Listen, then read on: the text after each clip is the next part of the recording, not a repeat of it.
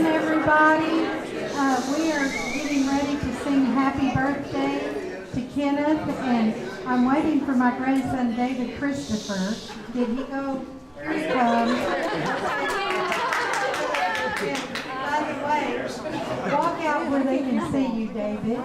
This is Dr. David Christopher, and he is a transplant surgeon, and we are so proud of him. And his wife is the doctor too, and they surprised Kenneth. Where are you, Emily? Okay, that's his wife, Emily. She's a pediatrician, and we're just thankful to have them here today. And also, we have our missionary kids, Candy. Here, raise your hand. And where's Josh? Raise your hand. Here, they are on leave from the Philippines, and we're proud of every single one of our kids, our grandchildren, and our great-grandchildren. And they are going to lead us in Happy Birthday. And this is Candy's son, Josh. You want to move forward just a little bit? And he's going to play, and we're all going to sing. Is everybody ready?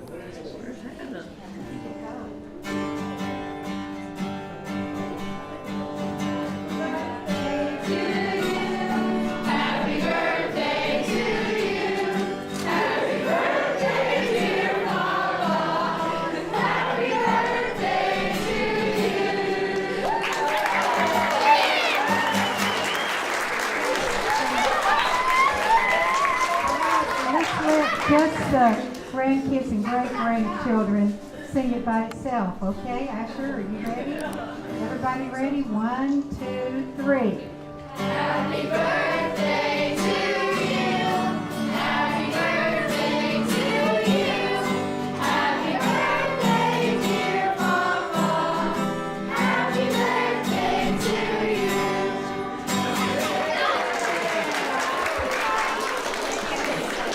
I'm still working. Okay, you can all sit down now.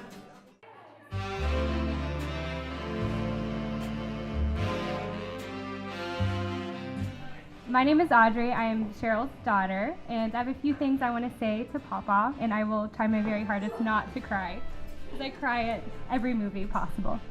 So, right now I work as a counselor, and what really stands out to me is that a lot of my clients are struggling for various reasons, but the main thing that stands out to me is that they don't have that person in their life that believes in them constantly, and that person in their life that is always there for them. And I'm so thankful every day when I leave the workplace that I have somebody in my life, Papa, who is someone I can always go to.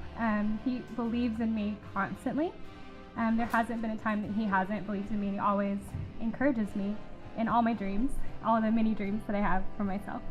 And not only that, Nana and Papa both created the family to operate that way too. So not only does it exist in Papa, but my whole family operates this way. And I know it's because of you, Papa, and you, Nana, that we hold those values. Because I know that any person in my family, I can think of all of you guys that I can go to you if I'm struggling, or I can go to you if I want to celebrate. And then second of all, the most important part that I think is that Papa, you don't only operate that way to your family. You have many people in your life that aren't your family, that you took under your wing as your family, and you are that person to them, that person that encourages them and believes in them constantly, even though they aren't your blood. And I cannot count. I would lose count of all the people that I know you have touched their lives, and you've made their lives better, and you encourage them to be the person that they want to be and who they truly are in the Lord. So, Papa, thank you, and we want to celebrate you today.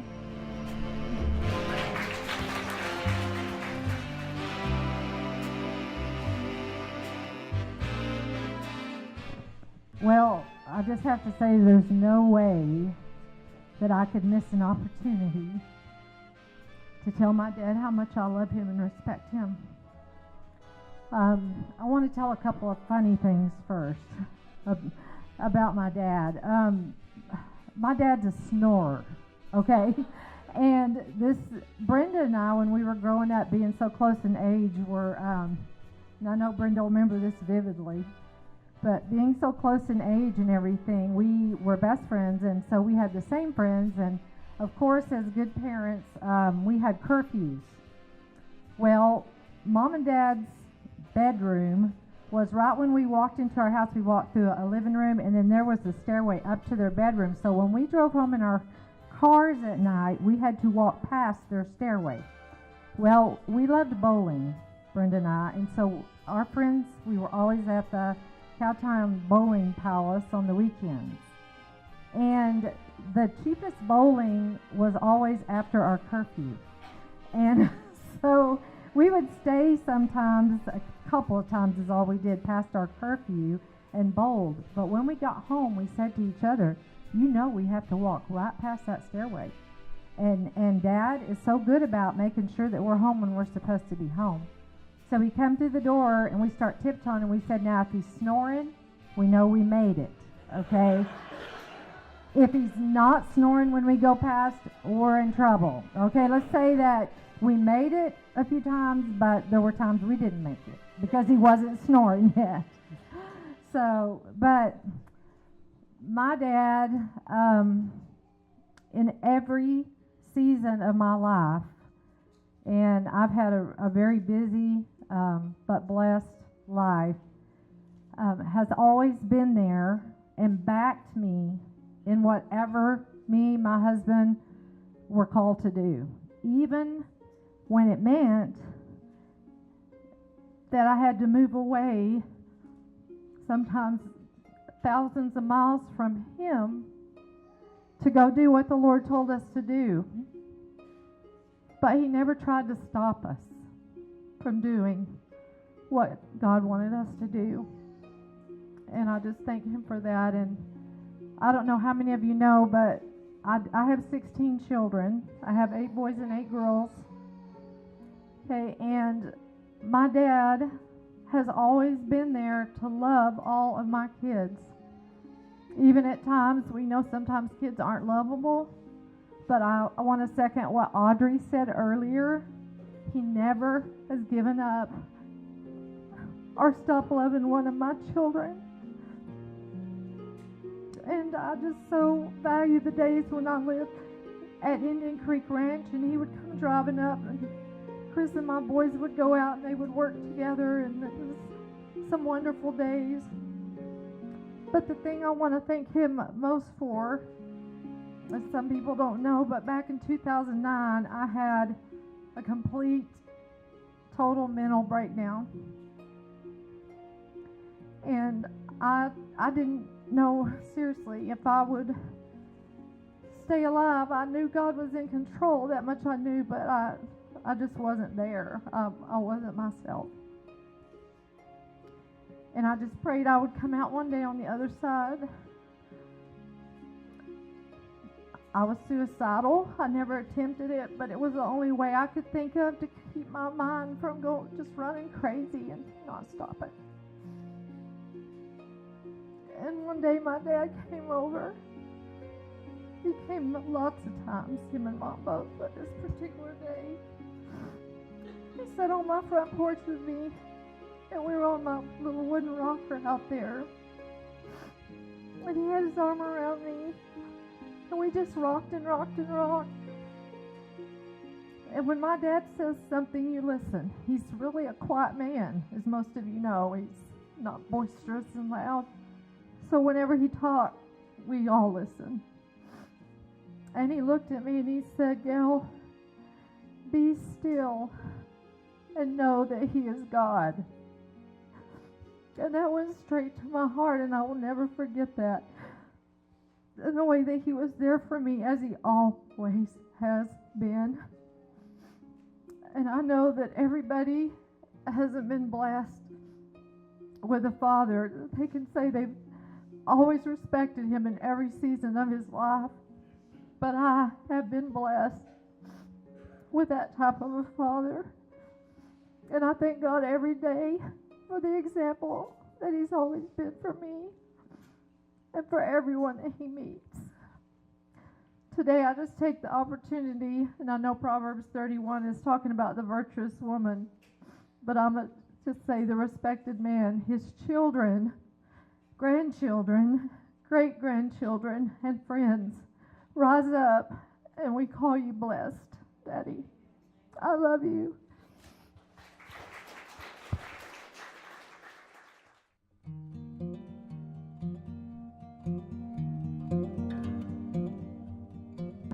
My name is Candy Dalton, and I'm the oldest of the Hopkins grandchildren, a title that I hold with pride.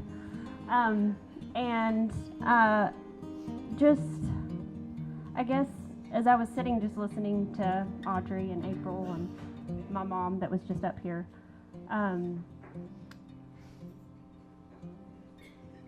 right before my family moved, my mom talked about moving thousands of miles. Well, we really broke the mold and moved to the other side of the world. And we were raising support, getting ready to move with our 4 and 2-year-old to the Philippines. And my Papa and Nana took us out to lunch one day, and Papa looked at me and he said, "Now, girl," he said, "I want you to look me in the eyes and I want you to tell me that this is what you're supposed to do." And so I did. And he said, "Well, then me and Nana support you completely in that." And I was really overwhelmed just thinking that, he didn't have to do that. He could have said, "No, I want you to stay here." But he didn't. He supported the call that God had on my life. And I know, just like what Audrey said, he supports all of us in whatever we do. Whatever it is our dream is, whatever it is God's called us to, he and Nana support us in that. And I'm just really, really thankful for that, because it's not just things that he supports that he loves, and it's things even that are hard. It's hard being away from family, and we miss out on most of these things. But Papa and Nana still support us and love us and all of that, and I'm really thankful. Papa reminded me earlier of a funny story that I think he wants me to tell. When I guess it was about 4, and they had the old house on the hill. And he said that he had me out swimming one day, which he taught me how to swim in their pool. And so we were sitting there talking and whatever, and I looked at him and I said, "Papa," I said, "Man, your teeth are really yellow." And he said, "Well," he said, "I didn't take very good care of my teeth." He said, "You're going to take good care of your teeth, right?" And I said, "Yes." But he said a few minutes later he got tired, and so he was sitting kind of out on the pool, so I'm still in the pool, and I can see him, and his feet are sitting right there. And I said, "Papa," I said, "your toenails are the same color as your teeth." I love you, Papa.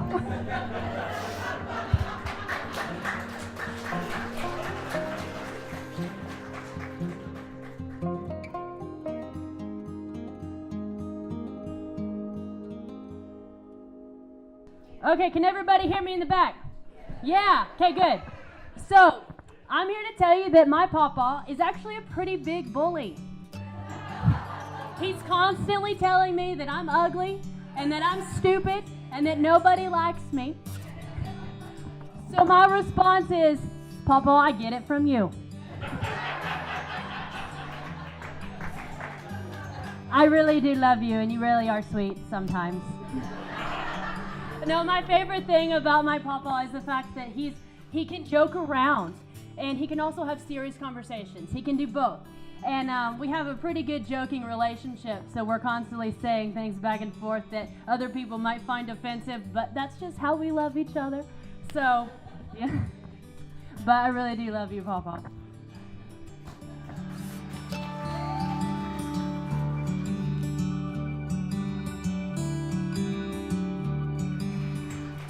Hello, everybody. I'm April, and I am the second grandchild.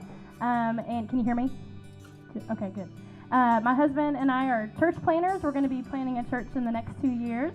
But, oh my goodness, where to start with Papa? First of all, I just want to thank the sovereignty of God and how he saved my papa when he got saved, and not only did that affect him and Nana, but then their children, their grandchildren, and now their great-grandchildren. Just recently, our second son got saved, and I just see how through the generations that has passed down, and I thank y'all for your faithfulness to Jesus. And wow, I can't think of anybody more besides Jesus and my husband and my family, but Papa, you are somebody that gives unconditional love to people. You never give up on anybody, ever. And I love that about you, and that's because of Christ in you, and so I just thank you for that. No matter what people have done or said, you don't give up on them. And I just love how I see that in you, and I thank you for that, for just modeling that for my family and so many others, Lord. And you want to say something? He hopped on in here. Asher says that he's always kind. That's true, buddy. But Papa, we just love you for setting up each family in your family for success. You love us so well. You give so generously. And we want to make the Lord proud, and we want to make you and Nana proud. And so we love you. Anybody else?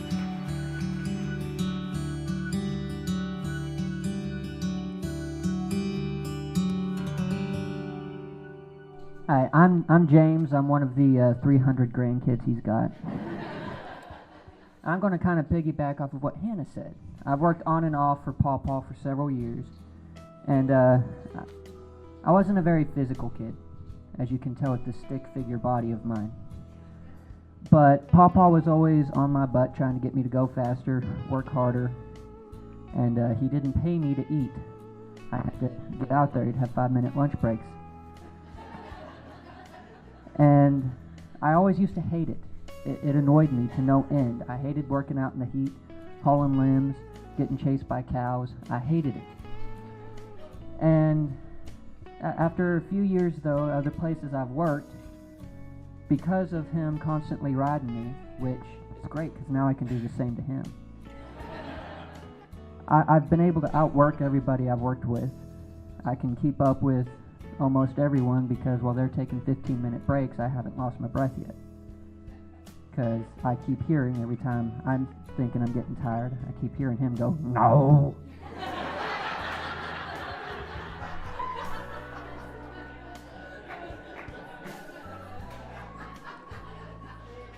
So I want to say thank you, Paw Paw, for teaching me how to work.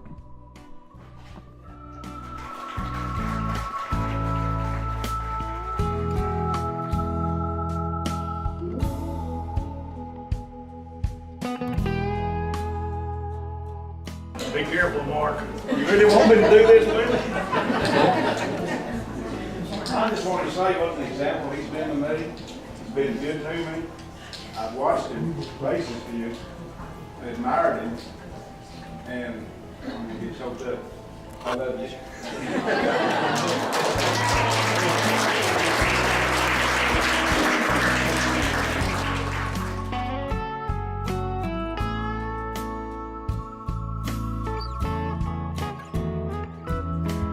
I only came up here because someone said they couldn't hear in the background. So I just came up here to let everybody know that we couldn't hear everything back there.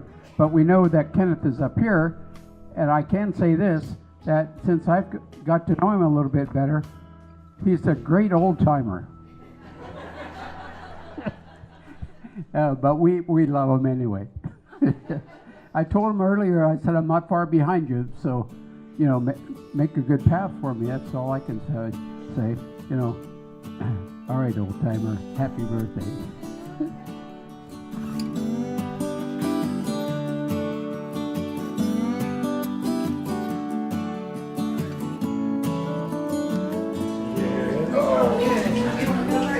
You're being paid.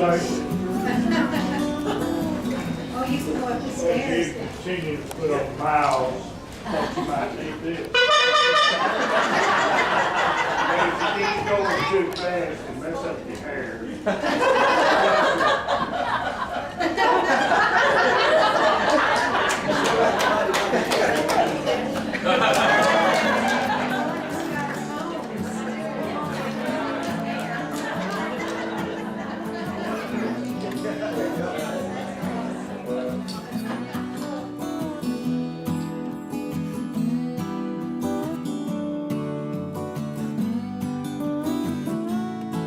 I can say, you can all hear me, but I got a loud voice. But I've known Kenneth now over 20 years, and he's always been the same. And one thing I know about him is he loves everybody in this room. So let's all say this together and mean it. Kenneth, say it. God loves you. God loves you. And so do we. And so do we. Amen. Thank you.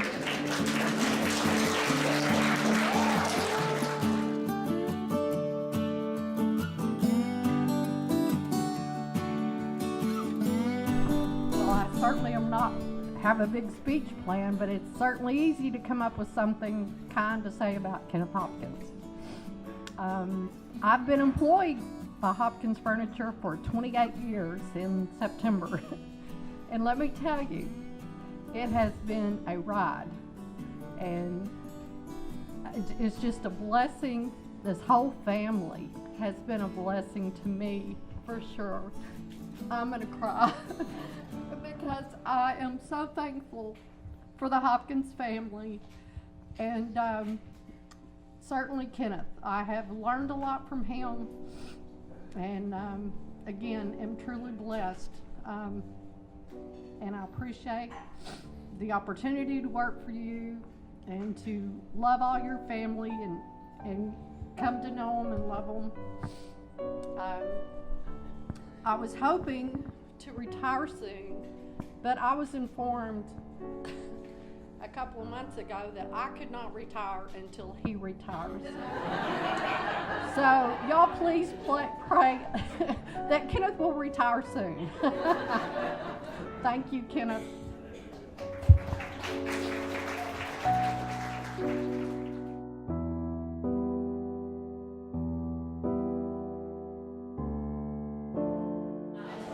You want me to be careful? Okay. Well, I see him about every Sunday. He comes in, sits at the same table. You know, it's great to have Charlene in class. But Kenneth is always giving me a hard time about how he likes me some days. You know, what you were saying was, right on. I thought, and so all these good things I heard up here, I thought you guys were all talking about, Charlene's first husband. I didn't realize.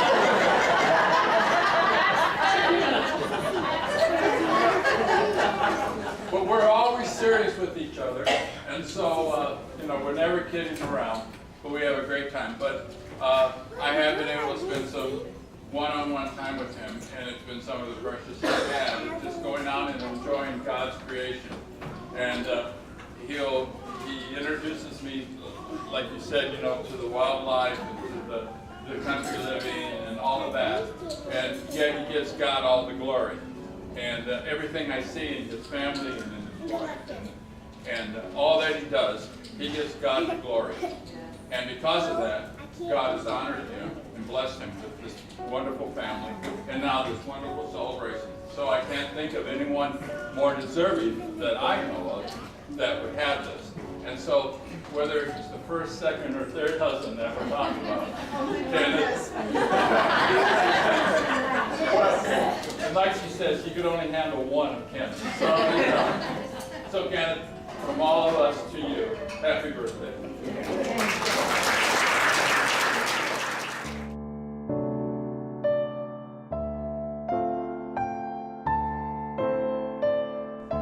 Papa, the only thing I wanted to say is that I love you and you are so sweet.